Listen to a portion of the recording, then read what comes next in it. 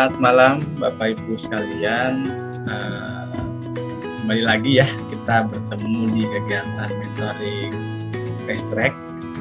Pada malam hari ini barangkali Bapak Ibu sekalian bisa sambil berbagi ke rekannya, barangkali ada yang lupa atau ada yang sedang bergabung atau bisa mengajak yang lainnya. Oke, kita mulai masuk ke paparan pada hari ini ya. Semoga paparan pada hari ini dapat dengan mudah diserap ya. Oke, selamat malam. Pertama-tama saya ucapkan puji syukur kepada Tuhan Yang Maha Esa karena berkat limpahan rahmat dan hidayahnya kita dapat berkumpul kembali ya di mentoring Fast Track Hadi Kedoya. Semoga apa yang kita ikuti pada malam hari ini dapat diserap dengan mudah, dapat diserap seluruhnya, serta dapat diimplementasikan dalam kegiatan sehari-hari dalam mendukung kehidupan maupun dalam menjalankan sebuah bisnis di HI. Oke, pada kali ini kita akan membahas terkait dengan teknik komunikasi persuasif ya, strategi tepat komunikasi dengan lawan bicara. Mungkin Bapak Ibu pernah ada yang mendengar terkait dengan persuasif. Barangkali ada yang ingin menyalakan mikrofonnya atau ngetik melalui kolom chat. Ibu Admina, Kristeli atau Ibu Airin.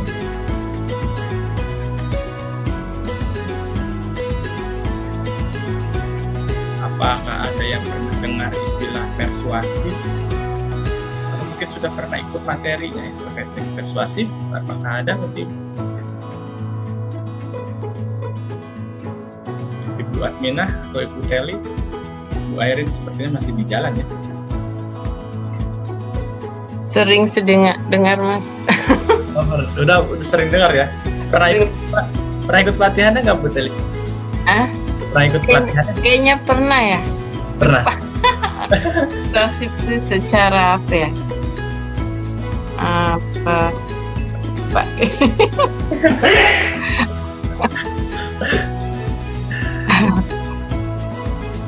Iya, bagaimana Bu Adminah? Buat Bu Adminah kayaknya saya manggil apa ya Bu Admin? Bu Admin. Bu Mimi deh. Keren. Bu Mimi, Bu Adminah. Mungkin masih ya. Oke, kita mulai masuk saja.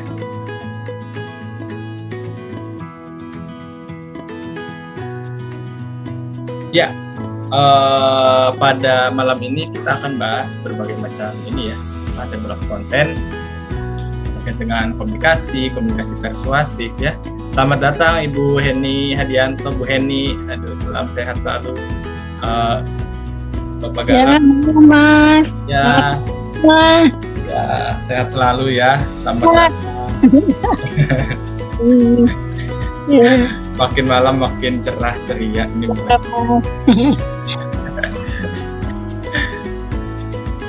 Pak Galaxy ini kayaknya HP-nya Samsung Galaxy, namanya salah Galaxy. Ya, selamat datang. Saya manggilnya Bapak apa itu Galaxy. Oke.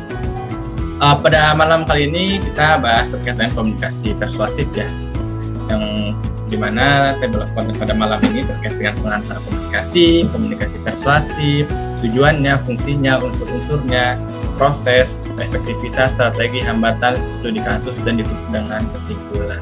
Jadi Bapak Ibu, untuk kegiatan pada malam hari ini sebetulnya kita sudah mengikuti ya yang sebelumnya itu terkait dengan analisis SWOT, terus di Kamisnya kita ikut yang POD kan, pembelajaran orang dewasa, dan ini dilanjut dengan komunikasi secara persuasif. Jadi memang pada tahapannya itu kita dari awal SWOT kita pelatihannya secara sistematis ya, yang dimulai dari SWOT, bagaimana kita menganalisis dari kondisi-kondisi sekitar, kemudian juga setelah kita tahu potensinya apa saja, ancamannya seperti apa, treatnya seperti apa, peluangnya jadi apa saja gitu kan, dilanjut dengan pembelajaran orang dewasa. Nah, kenapa kita belajar pembelajaran orang dewasa? Karena orang dewasa punya cara belajarnya sendiri. Kemudian juga dari hasil identifikasi SWOT, kita bisa memanfaatkan peluang yang didasari dengan gaya belajar kita sebagai orang dewasa. Nah, selanjutnya kita mulai lanjut dengan cara teknik berkomunikasi secara persuasif, karena memang untuk kita mempelajari sebagai hal, nah pastinya kita membutuhkan komunikasi. Nah, karena kita berhadapan senantiasa banyak orang, komunikasi persuasif senantiasa pasti kita terapkan gitu. Jadi pada malam hari ini kita akan bahas terkait dengan komunikasi persuasif. Mungkin Bapak Ibu yang ingin saling share ke teman-teman, tidak harus dari HDI, bisa, karena ini sifatnya umum ya materi ini, jadi bisa diikuti. Oke. Yang pertama, pengantar komunikasi. Nah, Effendi tahun 1986, komunikasi adalah proses penyampaian suatu pesan oleh seseorang kepada orang lain untuk memberitahu atau untuk mengubah sikap, pendapat, atau perilaku, baik langsung secara lisan maupun tak langsung melalui media. Nah, kemudian untuk komunikasi ini senantiasa ada 4 alur, dimulai dari komunikator, pesan, media, dan juga komunikan selaku penerima. Jadi dalam komunikasi pasti Bapak Ibu senantiasa ya menggunakan komunikasi, karena memang komunikasi adalah salah satu wadah untuk kita menyampaikan apa yang kita maksud agar orang lain dapat memahaminya. Gitu. Jadi dimulai dari komunikator, siapa pengirimnya, seperti saat ini saya menyampaikan pesan. Nah, pesannya apa? Pesannya itu terkait dengan teknik komunikasi persuasif. Melalui apa? Medianya apa? Gitu kan? Medianya itu adalah virtual Zoom meeting, melalui ini, dan juga didukung juga dengan PPT selaku media paparannya, dan ditutup dengan komunikan selaku Bapak Ibu sebagai penerima dari pesan yang saya berikan. Jadi memang komunikasi biasa pasti digunakan setiap hari karena untuk menunjang kebutuhan kita dalam menyampaikan dan memahami apa yang kita ingin dan orang lain ingin maksudkan. Oke. Selanjutnya pengantar komunikasi persuasif. Nah, tadi Bu Teli udah memberikan ya, karena pernah juga ikut pelatihannya. Dari sini kita bisa gambarkan kalau pada malam ini kita sebagai penguatan kali ya, tempatnya gitu. Tapi yang pertama kali bikin ya, pertama kali ikut bisa pahami secara seksama. Oke. Jadi komunikasi persuasif ini menurut Sumirat tahun 2017 adalah upaya untuk mengubah sikap, pendapat, dan perilaku dengan cara yang luas, halus, manusiawi, yang berakibat munculnya kesadaran, kerelaan, serta adanya keinginan untuk bertindak sesuai perkataan komunikator. Nah, dari sini kira-kira Bapak Ibu ada yang bisa menyimpulkan kira-kira komunikasi persuasif itu tujuannya apa ya? Oke, ada yang ingin menambahkan? Silahkan. Ada yang ingin di kolom chat ataupun Iya Mas. Ya. Itu komunikasi persuasif itu baru ingat komunikasi yang digunakan untuk mempengaruhi seseorang gitu Mas. Betul sekali Bu Teli. Jadi memang tujuannya salah satunya untuk mempengaruhi seseorang agar orang tertarik. Betul sekali Bu Teli. Ada yang lain ingin menambahkan? Terima kasih Bu Teli. Bu Admina barangkali, Bu Heni, Bu Airin kayak masih di jalan. Semoga cepat sampai. Galaksi, ini saya masih ingin Galaksi. Oke, kita lanjut saja ya. Setuju dengan apa yang disebutkan oleh Bu Teli ya, untuk mengubah sikap perilaku seseorang agar orang itu mau ikut apa yang kita maksud. Oke, tujuannya itu menggerakkan hati, menimbulkan perasaan tertentu, menyenangi, dan menyetujui terhadap ide yang disampaikan. Jadi tujuan komunikasi tidak hanya menyampaikan pesan kita kepada pendengarnya, tapi bagaimana pendengar mengikuti apa yang kita maksud. Gitu. Jadi hal yang pertama kita lakukan adalah kita perlu melakukan identifikasi pada sasaran yang tepat. Komunikator juga harus mencermati sasaran baik dari aspek demografis, suku, gaya hidup, dan lain-lain. Jadi kita dalam mengajak orang berbicara dalam konteks persuasif, kita juga harus tahu konteks orangnya seperti apa. Nah, misalnya kalau orangnya keras kepala, nah masa kita juga memberikan arahan secara keras, jelas, nah akhirnya berdebat dan dia akhirnya tidak mau mengikutinya, gitu kan? Jadi kita harus bisa memahami juga karakteristik orangnya seperti apa. Apakah lemah lembut, apakah secara pelan-pelan, apakah dengan tutur bahasa mungkin bahasa Sunda gitu kan, bahasa Indonesia nggak bisa, atau terbiasa pakai bahasa Inggris gitu kan. Nah, kita perlu mendekatinya dengan setidaknya kita memahami. Kita tidak perlu menguasai, tetapi setidaknya kita bisa saling memahami. Jadi tujuannya yang pertama si pendengar itu bisa memahami apa yang kita maksud, dan semoga harapannya si pendengar bisa mengikuti apa yang kita maksud. Jadi sesuai kata yang tadi Bu Heli bilang, menggerakkan hati, meraih supaya mereka bisa mengikuti apa yang kita inginkan. Oke. Nah, di sini adalah fungsi komunikasi persuasif. Nah, ada 3 fungsi nih Bapak Ibu. Ada fungsi pengawasan, fungsi perlindungan, fungsi pengetahuan. Nah, fungsi pengawasan itu tujuannya membangun pesan dan juga membangun citra diri agar lawan bicara tertarik. Nah, jadi fungsi pengawasan ini saya selaku komunikator, selaku pembicara pastinya kan diawasi oleh Bapak Ibu. Nah, saya juga sama halnya. Saya juga mengawasi Bapak Ibu gitu kan. Jadi fungsi pengawasan itu membangun komunikasi persuasif agar komunikasi yang saya sampaikan ke Bapak Ibu dapat diserap dan semoga dapat diterapkan gitu kan. Nah, lantas bagaimana caranya gitu kan? Nah, pastinya kita harus percaya diri dalam membangun komunikasi persuasif. Jangan ragu-ragu, jangan malu-malu, pede aja, pede apa adanya gitu. Karena pasti setiap orang kalau belum terlatih ragu-ragu adalah hal yang wajar ya, tapi memang hal tersebut menjadi kebiasaan nantinya. Jadi tidak apa-apa, pelan-pelan saja.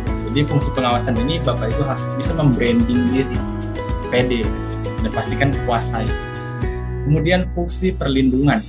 Pada fungsi perlindungan itu menyaring setiap pesan-pesan persuasif yang berkeliaran di sekitar kita.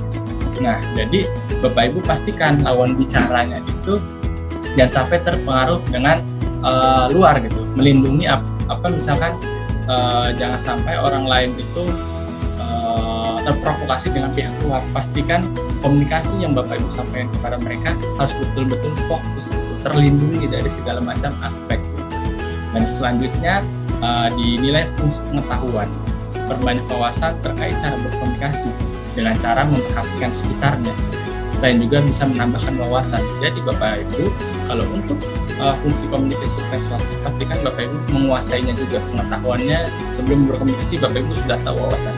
Nah, sebagai contohnya di sini ada pendamping PKH melalui mungkin tidak pendamping PKH ya, mungkin kader posyandu kali ya.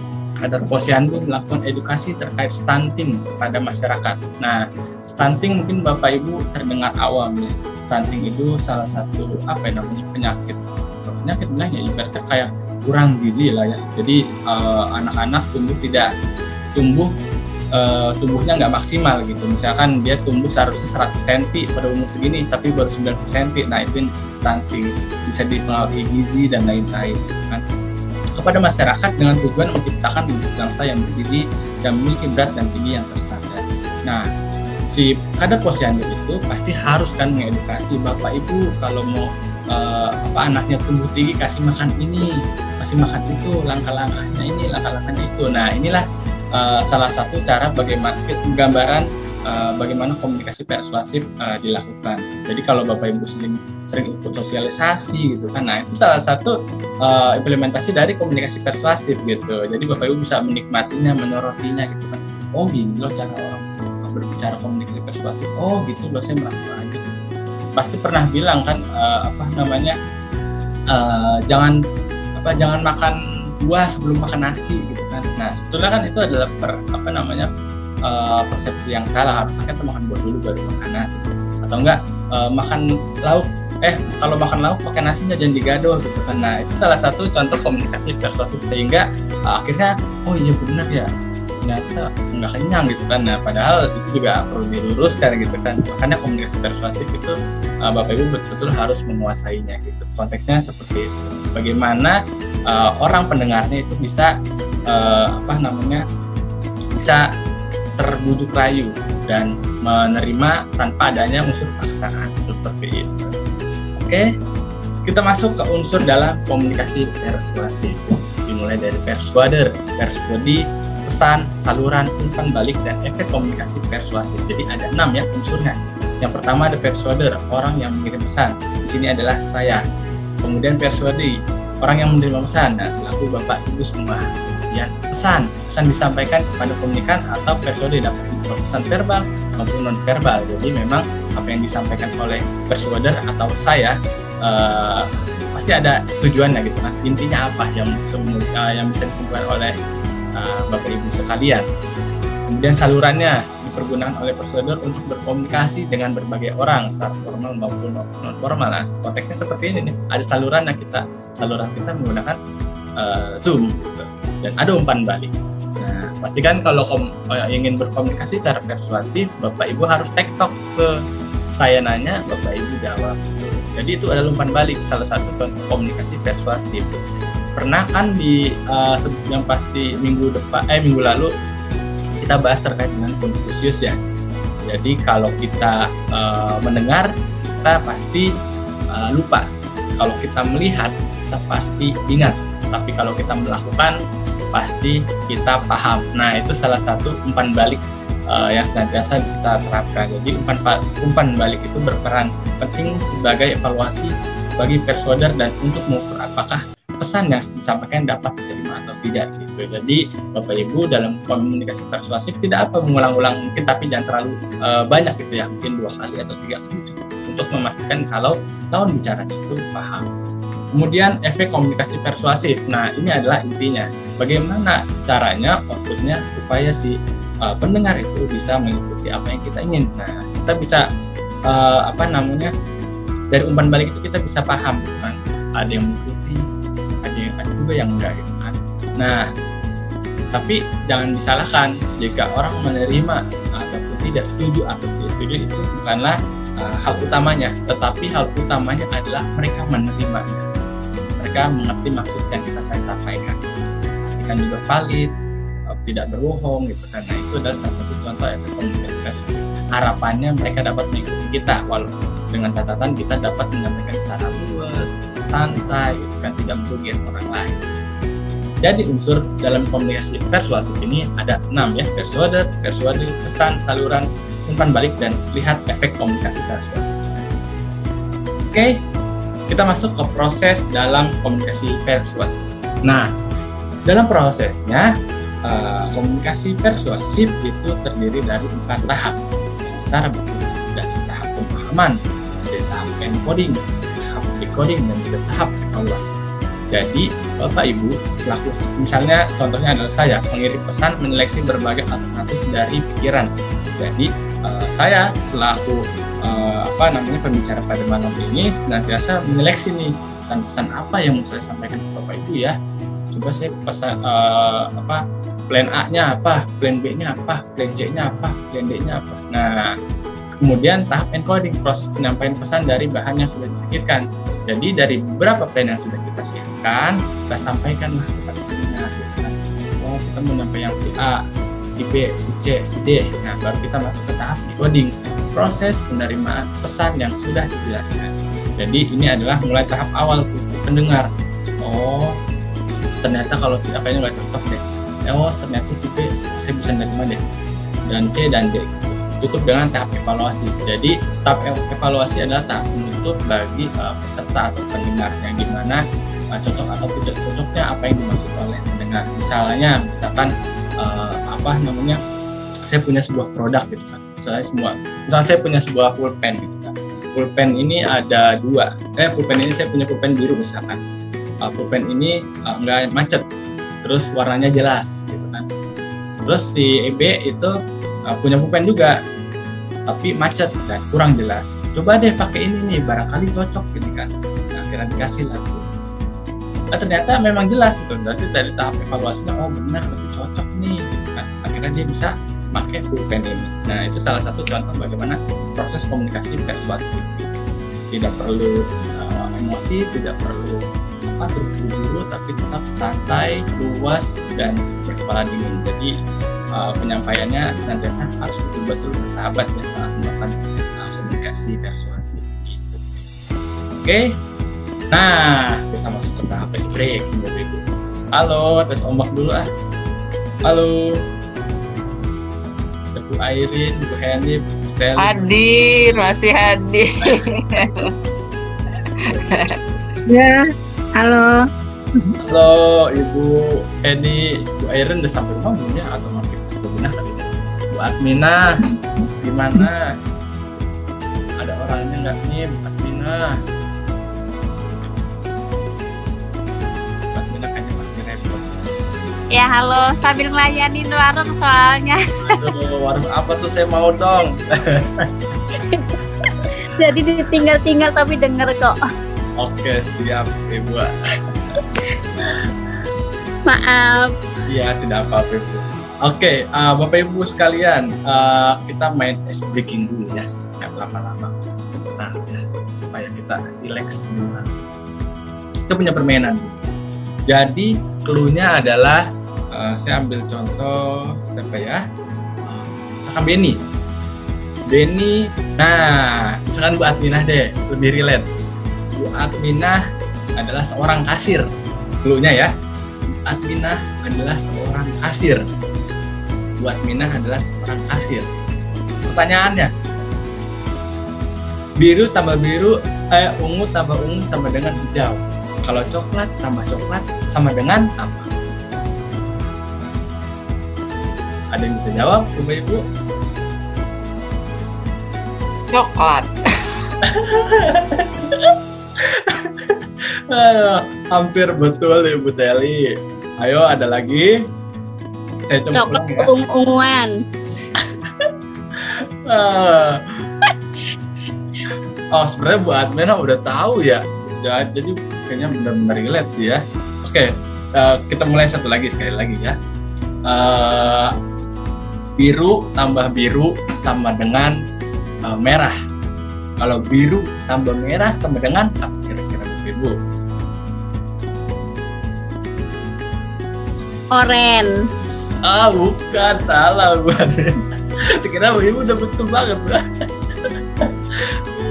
Ayo Ibu Teli, jadi clue-nya Bu Admina adalah seorang kasir.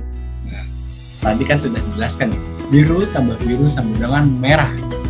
Kalau biru tambah merah sama dengan, kira-kira apa itu Bu? Bu Admina, Bu Teli, dan Bu Hendy, Bu Airin? Ungu. Ungu ya? Bukan. Ayo coba. Aduh. Biru tambah biru sama dengan merah. Kalau biru tambah merah sama dengan apa? Clue-nya Bu Adminah adalah seorang kasir. Apa yo? Coklat. Clue-nya Ibu Adminah adalah seorang kasir. Kira-kira Bu Hendy ada yang menambahkan, menjawab atau Bu Airin?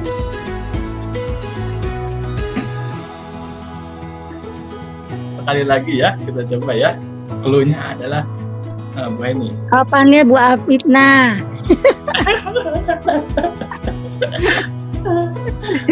Bu Adminah yang jawab. Ayo, Bu Adminah coba.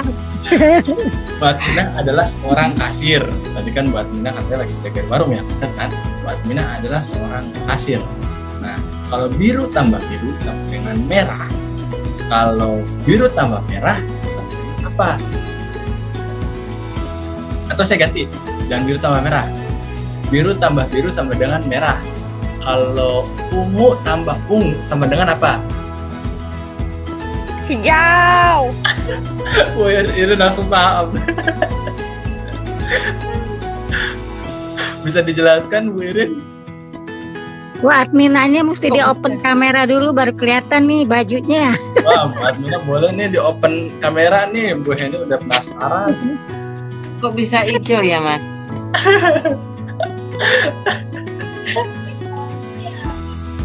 Bu Airin sepertinya udah paham itu. Bu Adminah seperti ini yang sudah jaga warung pasti paham. Saya bantu jelasin boleh? Boleh, silakan Bu. Ini ibu bapak sekalian. Itu kan tadi clue-nya tuh Bu Adminah adalah seorang kasir. Biru tambah biru sama dengan merah. Biru tuh uang 50 ribuan bukan sih? Ya, betul. Uang 50 ribuan. Alah. Jadi merah. Aduh, betul banget tuh Bu Airin. Jadi ungu tambah ungu tuh 10 ribuan kan? Ya, betul. Tambah Bu jadi 20.000 warna hijau gitu Bu. Oh, gitu. Ya Nggak ampun. kepikiran kita sama Mbak Airin. Gak nyampe pikirannya. Di dompetnya merah semua kali ya. Belum nyambung. Baru tahu. Dapat ilmu lagi nih. Iya, dapat ilmu. Nah, Nggak bisa dibohongin sekarang. keren ya, gamenya keren. Bapak Ibu lagi untuk pertemuan selanjutnya pasti lebih keren lagi. Terima kasih Bu Irin atas wawasannya mantap. Jadi semuanya kita buka. Jadi coklat itu 5 ribuan, ungu itu 10.000, hijau 20.000, biru 50.000, merah 100.000 gitu. Sepertinya buat Mina tadi lagi buka-buka loker kasir, ternyata isinya merah semua, jadi bingung juga jawabnya ya. Oke, kita masuk ke step selanjutnya ya. Nah, ini efektivitas dalam komunikasi persuasif. Yang pertama, analisis sasaran. Sebelum berkomunikasi, pastikan siapa sasarannya dan sesuaikan kondisinya. Nah, ini Bapak Ibu, langkah awalnya Bapak Ibu harus paham juga nih kalau komunikasi persuasif, efektivitasnya seperti apa, gitu kan? Orangnya seperti apa, gitu kan? Misal contoh ini ya, saya mau menawarin produk ke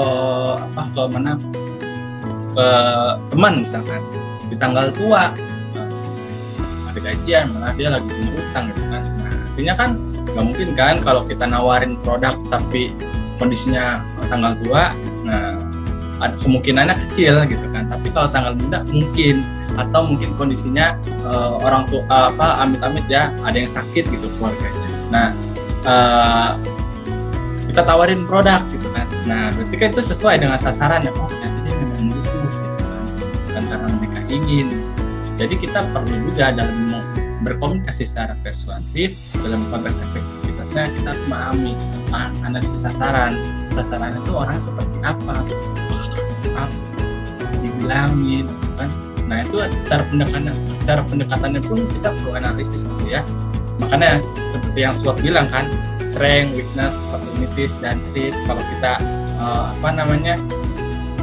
kalau kita komunikasi sama orang keras kepala, kira-kira SWOT-nya apa, peluangnya apa gitu kan. Terus kalau misalkan peluangnya ya mungkin kita ngomongnya lebih enak karena bisa diajak berdebat gitu kan. Tapi di sisi lain ancamannya juga banyak, kalau ngomong orang keras kepala bisa di counter attack nih kan, diserang balik gitu kan. Nah, ini kita perlu tahu ya cara pendekatan ke masing-masing orang tersebut gitu. Kemudian langkah keduanya, pesan yang disampaikan jelas. Pesan yang jelas dan rinci memudahkan lawan bicara dalam memahami. Jauhkan dari kalimat yang mengundang konflik. Nah, Bapak Ibu, kalau komunikasi persuasif, efektivitasnya yaitu sampaikan pesannya secara jelas, sejelas-jelasnya, serinci-rincinya. Jadi jangan sampai kita ajak muter-muter. Ini apa ya? Ini ngomong apa sih? Jangan sampai kayak gitu. Jadi kita harus pelan-pelan aja, pelan, santai, tapi tepat sasaran. Kita mau bahas apa? Makanya kan kita kalau komunikasi persuasif pasti kita tahu dong, saya mau ngomong sama dia, harapannya sih dia bisa paham sama produk ini. Nah, itu kita juga harus ada tujuannya. Jadi kita pesan yang kita sampaikan juga jelas step by stepnya gitu.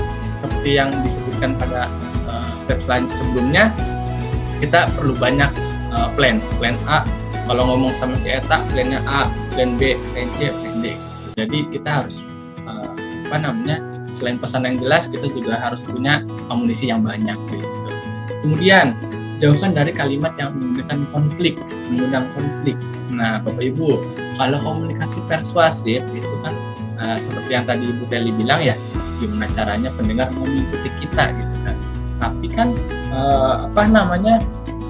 kalau konteks-konteks yang mengundang konflik terkadang jatuhnya bukan malah persuasif, malah tidak kondusif mungkin seperti itu. Jadi mungkin sarannya kalau yang saya pahami jauhkan dari isu, sara, agama dan lain-lain untuk orang yang belum dekat.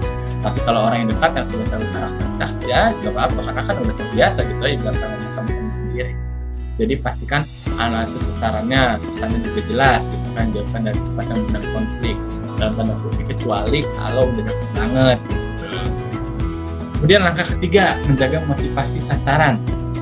Ajak lawan bicara untuk terlibat, dan setuju atau tidak setuju tetap berikan sebuah alasan. Jadi Bapak Ibu, kalau dalam berkomunikasi pastikan pastikan dijaga motivasinya orangnya gitu. Jangan sampai kita membentak-bentak mereka, marah-marah mereka, ini loh barangnya bagus loh. Jangan sampai begitu, nggak boleh. Jadi memang step by stepnya pelan-pelan, luas, rinci, dan tepat.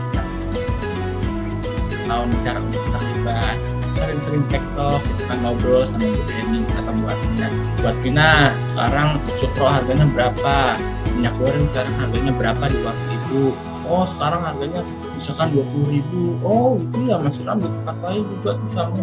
Nah itu kita membangun chemistry itu, menjaga motivasi. Oh gitu ya, kan buat Mina saya pernah tuh pakai ini minyak kelapa gitu.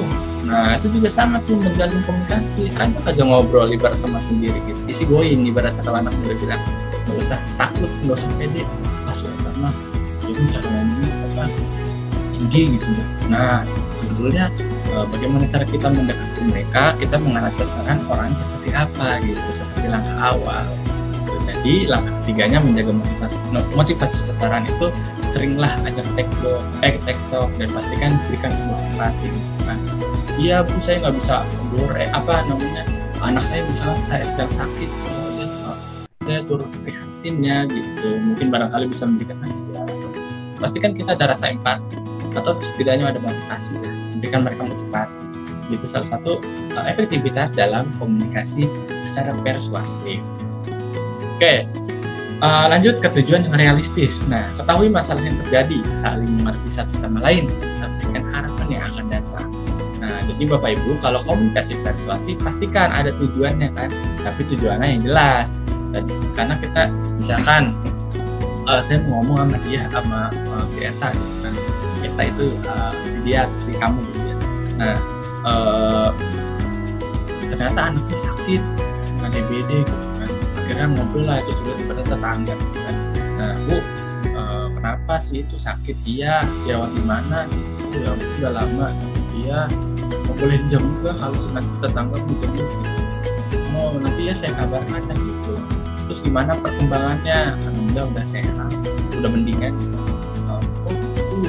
Ini mau coba barang ini nggak? Sebelumnya anak saya misalkan sakit, anak saya sakit, tadi dikasih ini ternyata saya, oh gitu bener, berapa hari itu kalau sembuh? 3 seminggu, 3 hari atau 2 hari bisa sembuh gitu. Oh gitu, itu udah benar.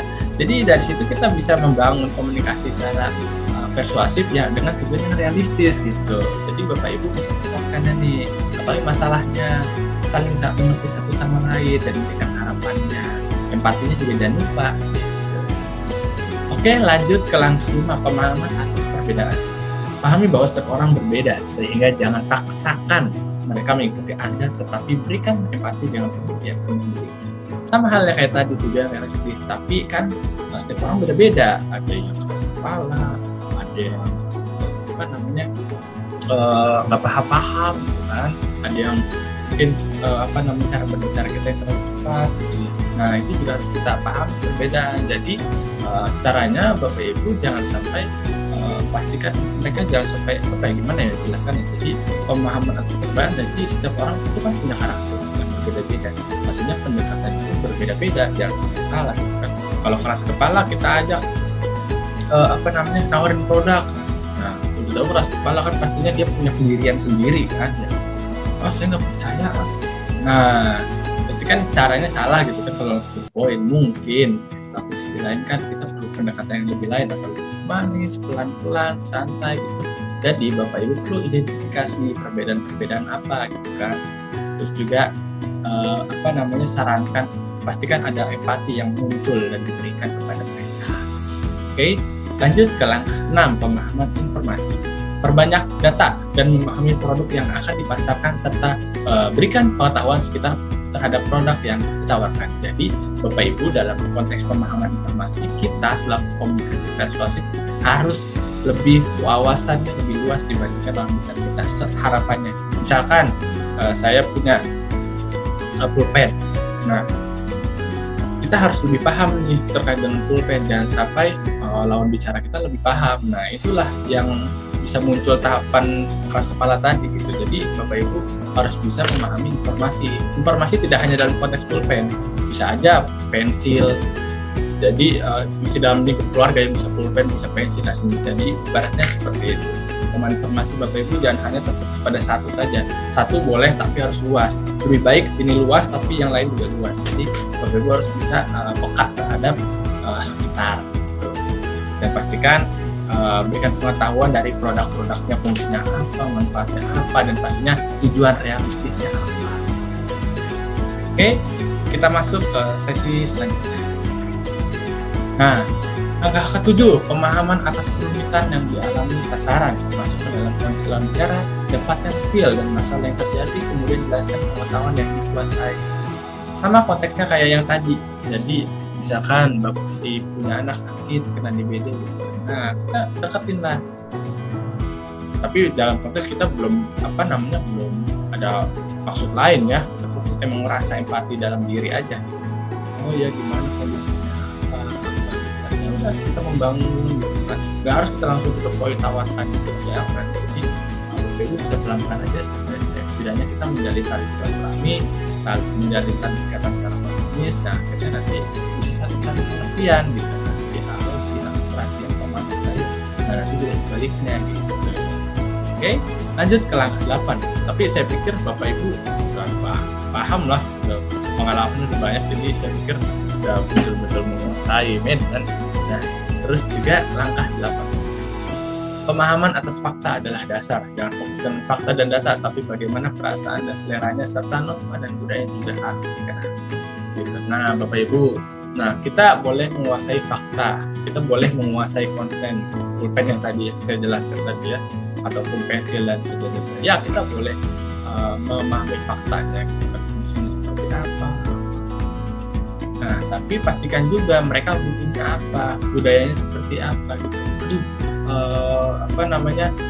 saya tuh nggak bisa minum obat-obatan, misalnya yang alami. Nah, itu juga nggak masalah. Jadi setidaknya Bapak Ibu walaupun udah jelasin pulpen tapi dia nggak bisa, ya memang maksudnya jangan sampai dipecahkan. Tetap humani, jadi berbicaranya santai, luas gitu. Jangan sampai memang fakta yang kita jelaskan benar, tapi apakah butuh atau tidak kan kita belum tahu.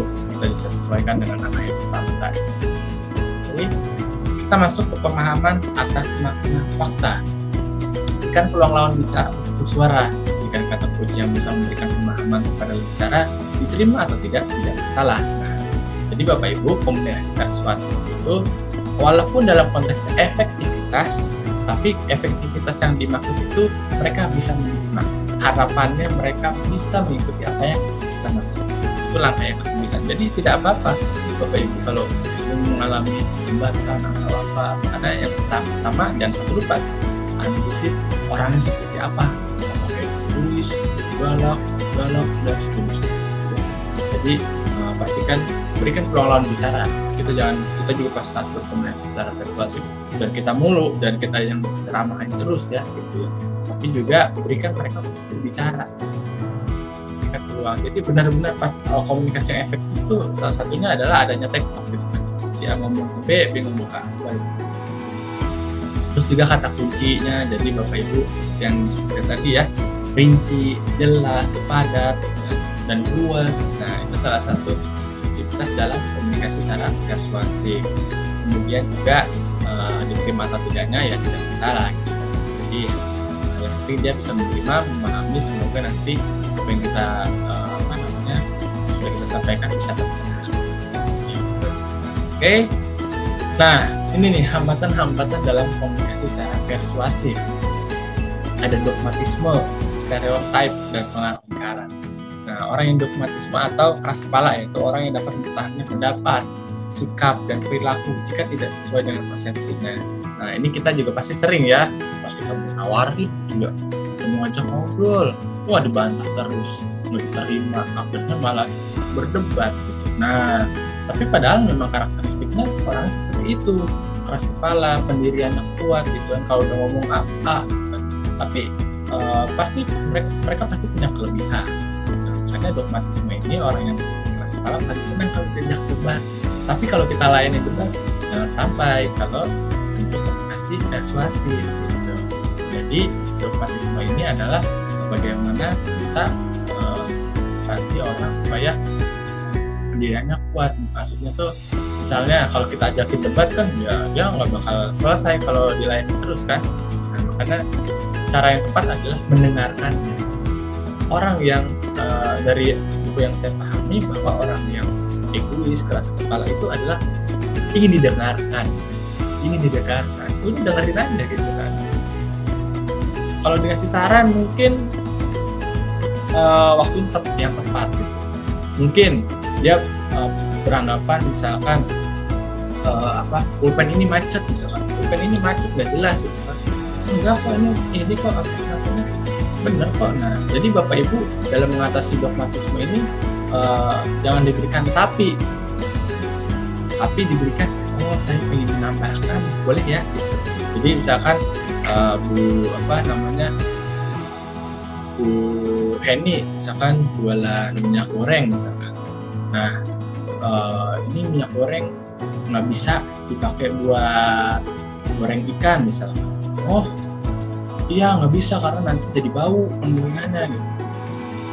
Nah terus ada yang nanggapin ini tapi, nah pas kita menanggapinya jangan ngomong tapi pakai oh iya benar Bu setuju tapi baiknya gitu. Nah itu salah satu bentuk respon yang cukup baik, cocok untuk orang yang dogmatisme.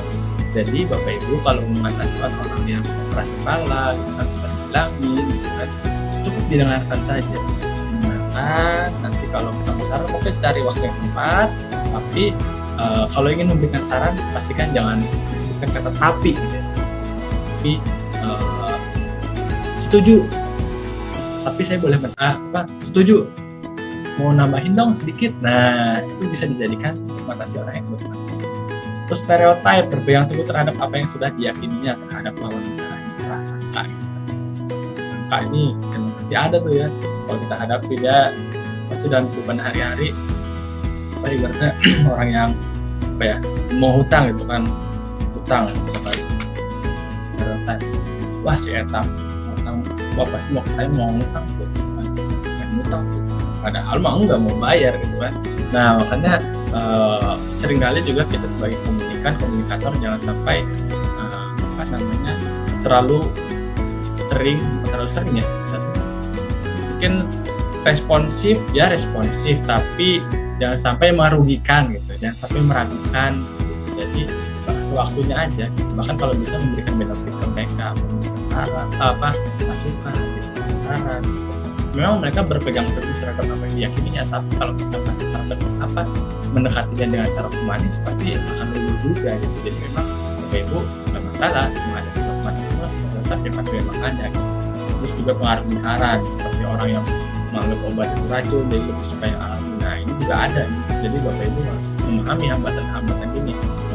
Jadi orang yang transparan atau semakin mana, stereotip gimana kita pada prinsip tadi humanisme. Jadi kita ngomong secara luwes, santai, memanusiakan manusia gitu kan, tidak menggurui, tidak emosi gitu kan, tidak galak. Nah, itu salah satu contoh komunikasi persuasif dan taktikan adalah tek. Oke, kita masuk ke step selanjutnya. Nah, halo, tes ombak dulu Bapak Ibu. Halo. Masih hadir. Buat Mina apakah masih ada? Buat Mina apakah masih hadir? Iya. Mana Bu minyak goreng? Lanjut Mas. Sudah berapa sekarang harga minyak gorengnya? Minyak goreng mahal.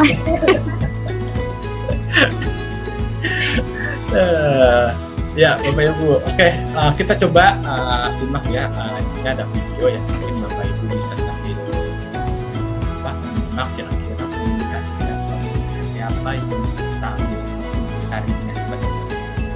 Oke, saya coba putar videonya. Nah, suaranya kira-kira Bapak Ibu.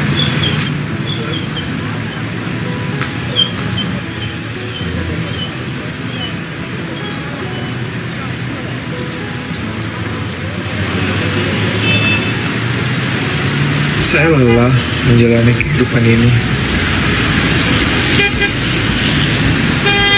Saya iri melihat orang lain yang keinginannya selalu Tuhan hendaki.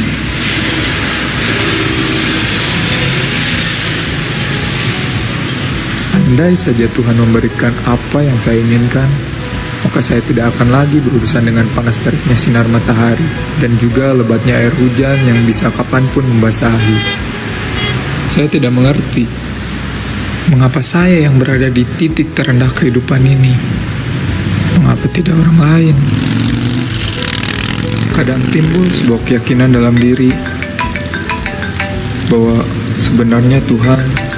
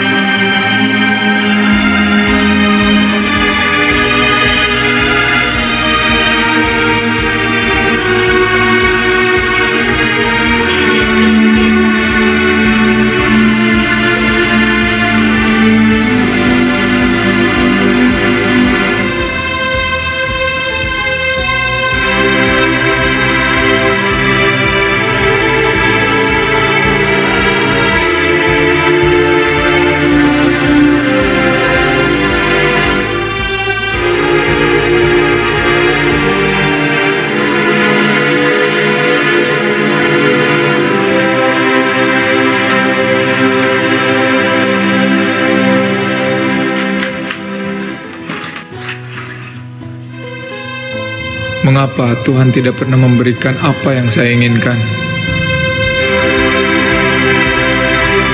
Pertanyaan itu selalu menghampiri saya. Hingga akhirnya saya meyakini bahwa memang benar Tuhan tidak pernah memberikan apa yang hambanya inginkan.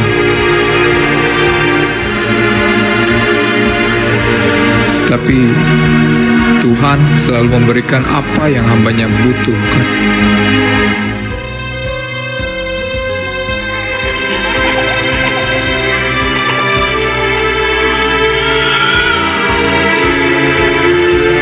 Hari ini, walaupun jalanan begitu padat, saya bisa pulang dengan cepat dan bisa mendampingi istri saya dalam proses persalinan anak pertama kami.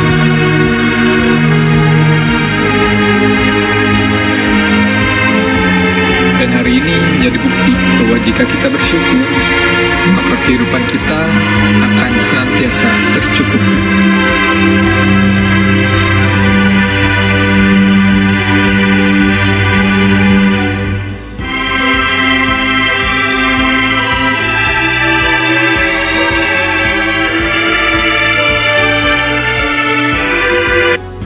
Ya, kira-kira Bapak Ibu, halo. Halo juga. Pak, buat Wira kelihatan nih. Halo. Kira-kira Bapak Ibu dari video tersebut, kira-kira apa yang kita bisa ambil kesimpulan? Ada yang ingin menambahkan, memberikan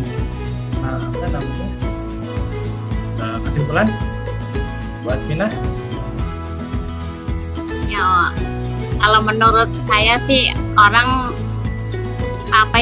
emang kita harus bersyukur, bersabar apa yang Allah kasih. Yeah. Emang Allah itu tidak mengasih apa yang kita inginkan, tapi yang kita butuhkan. Ya, setuju sekali buat Mina, mantap. Ibu Henny, Bu Airin, Bu Kristeli, ada yang ingin menambahkan? Keren buat Mina, mantap. Bu Teli, Airin, Bu Henny. Ya Bu Henny. Kalau saya, ini Mas benar tadi kata buat Mina ya, bersyukur. Bersyukur dalam setiap keadaan gitu kan. Kalau kita melihat ke atas, kita memang kita kurang ya. Tapi kita lihat ke bawah, ada yang lebih susah dari kita gitu. Kita bersyukur gitu kan. Terus terus juga hati kita nih Mas, maksudnya jangan keadaan yang membuat hati kita kecewa atau gimana. Justru hati kita yang mempengaruhi keadaan gitu. Jadi hati kita suka cipta aja gitu. Gitu aja sih Mas. Mantap. Bagus nih filmnya, inspirasi. Bu Erin, Bu Teli, ada yang ingin berpendapat barangkali? Ya hampir sama dengan Ibu Heni sih. Bersyukur dengan apa yang Tuhan sudah berikan gitu. Nggak bisa ngelihat orang lain, jangan iri lah gitu. Mensyukuri apa yang sudah ada dan berusaha lah lebih baik. Betul sekali Bu Teli. Bu Erin, ada yang ingin menambahkan? Bu Erin ingin menambahkan tentang kita? Iya, hampir sama kayak ibu-ibu yang lain Mas. Ya. Do the best pokoknya. Ya, oke. Jadi kesimpulannya memang ya Bapak Ibu setuju sekali Bu Admina, Bu Erin, Bu Teli, dan Bu Heni ya. Jadi dalam konteks komunikasi persuasif, pastikan pendengarnya itu harus ada kesimpulan. Nah, tadi kan Bapak Ibu udah dapet kan kesimpulannya apa. Terus juga caranya seperti apa, perlakuannya seperti apa gitu kan. Tadi seperti yang Bu Teli bilang, kita harus bersabar, harus bersyukur. Nah itu kan salah satu sebuah cara gitu ya. Jadi sama halnya dengan komunikasi persuasif. Jadi Bapak Ibu dalam melakukan komunikasi persuasif dengan cara pemberian yang luas, santai, enjoy, menguasai konten gitu kan, tidak menggurui, tidak emosi, tidak buru-buru. Nah akhirnya si pendengarnya bisa paham apa yang dimaksud di dalam film ini. Oh ternyata kita tuh harus bersyukur, harus memahami keadaan gitu. Nah berarti caranya adalah kita harus benar-benar jadi orang yang yang nggak boleh putus asa, harus memahami gitu kan, bersyukur apa adanya.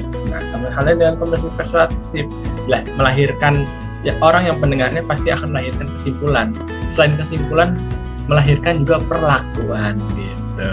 Jadi seperti yang tadi Bu Teli bilang, kalau merayu gitu, komunikasi persuasif adalah salah satu cara untuk merayu orang untuk tertarik dan mengikuti apa yang kita mau. Nah, dari situ kan sudah bisa kita simpulkan ya bagaimana komunikasi persuasif, dan kita menyampaikan sehingga lawan bicara bisa menerima, memahami, dan senantiasa dapat melakukan hal-hal yang ada dalam konteks yang saya sampaikan ataupun film ini sampaikan seperti ini. Oke, kita masuk ke step selanjutnya. Nah, kita coba latihan yuk Bapak Ibu sebelum kita share. Jadi saya mau ngasih ini juga sih, ngasih noise sedikit ya, info ya. Jadi untuk Kamis depan kita bakal masuk materi public speaking. Nah, komunikasi persuasif ini pastinya dimulai dengan bagaimana kita menyampaikan pesan kepada orang lain supaya mereka tertarik. Sama halnya kayak nanti yang bakal kita bahas di Kamis public speaking, gimana caranya pendengar bisa menikmati apa yang kita sampaikan. Kira-kira Bapak Ibu ada yang ingin mencoba latihan mana kali? Pilihan Active Day Cream. Ya pasti Bapak udah tahu lah ya produk ini.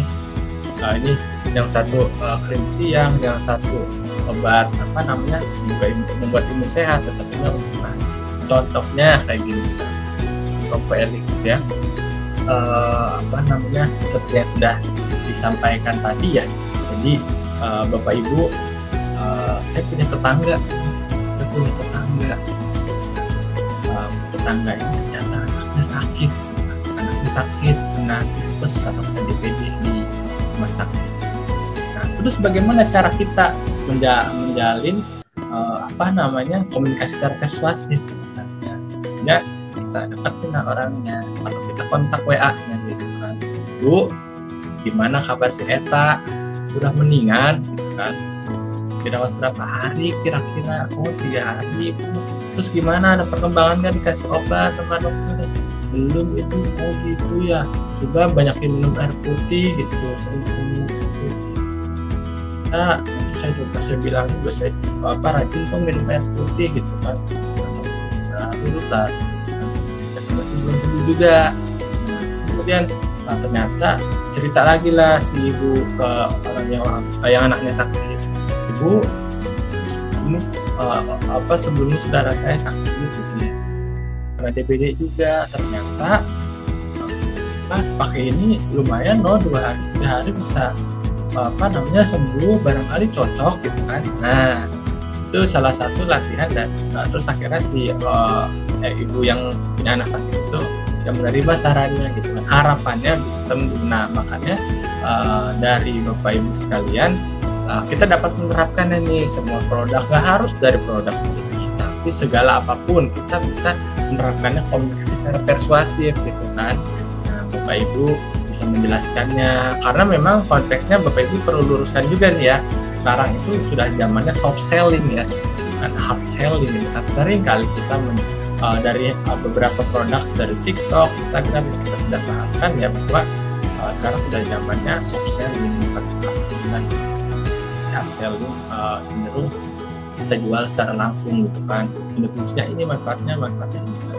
Nah, tapi dengan kita punya soft selling ya, akhirnya pengalaman apa kan, testimoni seperti apa. Nah, ini adalah pembuktian yang bisa kita lakukan, karena memang orang sekarang itu cenderung sudah mulai melek digital, melek untuk baca gitu kan. Jadi pastinya ada fakta yang perlu kita jelaskan, makanya kita perlu memberikan testimoni kepada orang-orang lain agar mereka tertarik gitu. Gak hanya dalam konteks dan apapun, jadi senantiasa ada dasarnya dalam bicara, ada faktanya, dan ada tujuannya. Dan pastinya tidak berbohong ya Bapak Ibu, karena memang untuk menjalin komunikasi persuasif itu berimajinasi boleh, tapi untuk berbohong atau tidaknya jangan sampai ya Bapak Ibu. Jadi dalam konteksnya, dalam penggunaan ini komunikasi persuasif dan jasa pasti kita butuhkan, baik secara produk ataupun dalam kehidupan sehari-hari seperti ini. Bapak Ibu kira-kira ada yang ingin menambahkan kah? Atau mau nyoba menggambarkan mungkin masalahnya seperti apa? Ada yang ingin mencerahkan?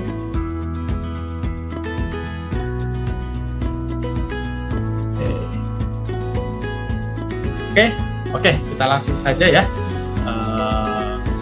Closing di kesimpulannya. Jadi Bapak Ibu, dari komunikasi persuasif ini sebagai upaya berkomunikasi untuk mengubah sikap seseorang sehingga tertarik secara sadar, kerelaan, serta adanya perasaan senang. Kemudian juga memahami kondisi dan karakteristik target dengan baik dan juga tepat, dan dengan memberikan informasi apa adanya dengan fakta dan juga valid. Jadi Bapak Ibu, dari komunikasi persuasif ini harapannya Bapak Ibu dapat menerapkannya prinsip-prinsip tadi, luas, santai, pede, branding diri, yakin dengan kemampuan gitu kan. Jauhkan kata-kata emosi, ragu, dan jangan sampai ya seperti itu. Jadi harapannya Bapak Ibu dengan persuasif ini bisa lebih pede, bisa dapat komunikasi lebih enjoy, lebih santai gitu. Dan pastinya Bapak Ibu selaku orang dewasa cari perluas aja potensi dan pernah membatasi apa.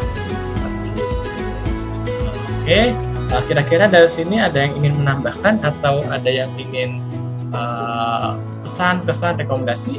Kira-kira Ibu Airin atau Bu Admina, Bu Teli dan Bu Eni? Cukup Mas, ya, sangat jelas. Mantap sekali. Oke, mungkin besok saya coba informasikan ya di hari Kamis selanjutnya public speaking pada materi hari Kamis. Jadi Bapak Ibu, kalau ada yang ragu-ragu atau yang malu-malu, yang kurang pede, nah dari ini salah satu landasannya. Nanti selanjutnya kita buktikan di public speaking nanti. Dan ajak juga teman-teman untuk bergabung. Harapannya dari tidak pede menjadi pede, dari yang tadi ragu menjadi tidak ragu, dari yang tidak yakin menjadi Oke. Oke. Selanjutnya barangkali ada Bapak Ibu yang menambahkan lagi, Bu Heni, Bu Erin atau Bu Adminah, atau mau tanya juga sih, kira-kira kalau kita mulai 7:30 terlalu malam nggak ya, apa jam 7 saja? Halo. Kalau saya sih 7:30, Mas. Oke. Bu Heni, Bu Erin, Bu Adminah, ada saran kah barangkali untuk kegiatan hari Kamis mau di jam? Ya, Bu Heni. Halo, Ya.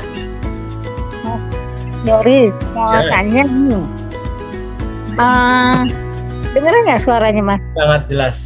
Dengeran ya? Ya. Ini mau nanya, itu kan memang kita kalau mau nawarin produk ke customer, ke orang gitu kan, kita perlu data-data dia. Ya. Nah itu kan tuh udah kasih data nih, misalkan case testimoni gitu kan. Oh. Dia ngomongnya gini, ya kalau sembuh, kalau nggak sembuh gimana, kalau orangnya mati. Itu tuh kadang kalau kayak gitu-gitu suka kelabakan nggak jawab gitu kan. Memang sih kita kalau sering. Iya. Iya, betul sekali, Bu. Itu salah satu hambatan ya yang tadi sempat kita bahas ya. Ada stereotype, ada yang dogmatisme kan, keras kepala gitu kan. Sebetulnya mereka walaupun memang segala kesembuhan kembali dari Tuhan ya, yang namanya obat itu hanya sebagai perantara saja ya Bapak Ibu ya. Jadi sebetulnya itu tidak masalah, itu hal yang sangat-sangat wajar gitu kan. Tetapi dari sini Bu Heni, Bu Feli, Bu Airin, dan Bu Admira juga perlu menguasai bagaimana produknya. Terus Nawarin produk, sering ketemu ketua apa gitu kan. Iya. Itu kadang-kadang tuh yang suka saya. Iya, tidak apa-apa Bu. Emang kan kita setiap karakteristiknya berbeda-beda ya. Kalau orang seperti itu ya kembali lagi, kalau kita diajak berdebat, ya kita cuma bisa bukan pesimis ya, kita tetap yakin. Tapi pendekatannya kalau kita adu berdebat, yang jatuhnya juga nanti tidak baik gitu ya. Kita juga pendekatan harus betul-betul gimana. Maaf Mas, Ya, tadi wifi-nya nge-lag. Oh, ya.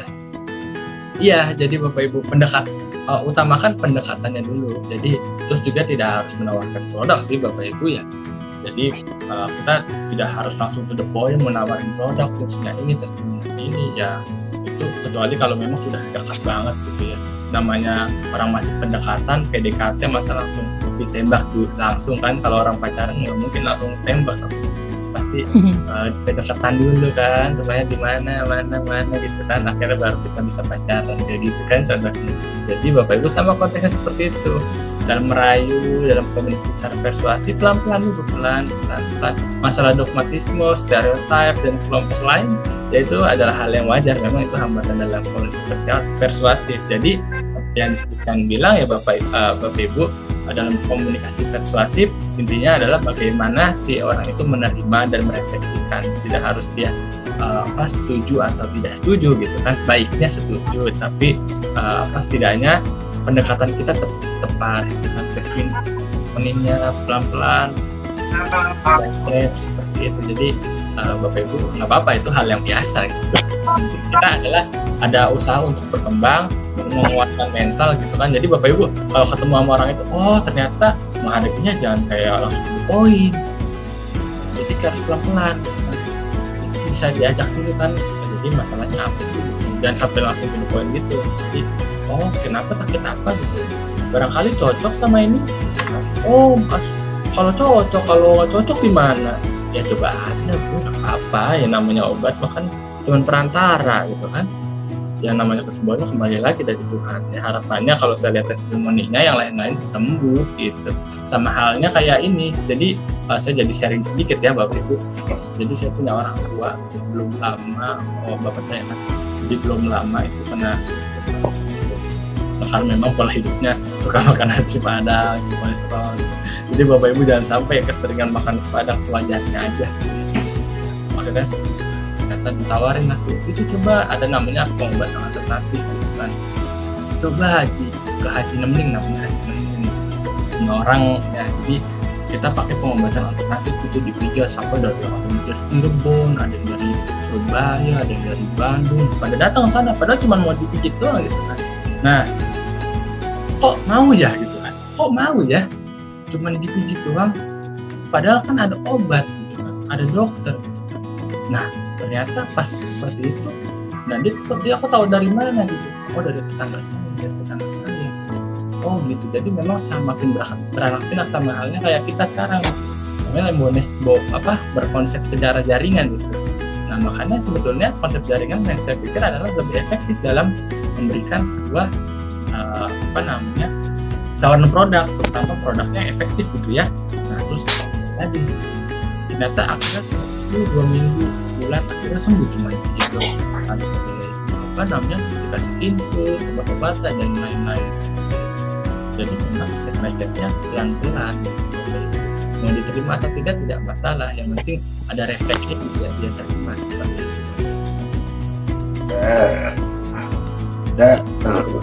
Ada yang ingin menambahkan barangkali Bu Admina, sekali Bu Heni dan Bu Erin?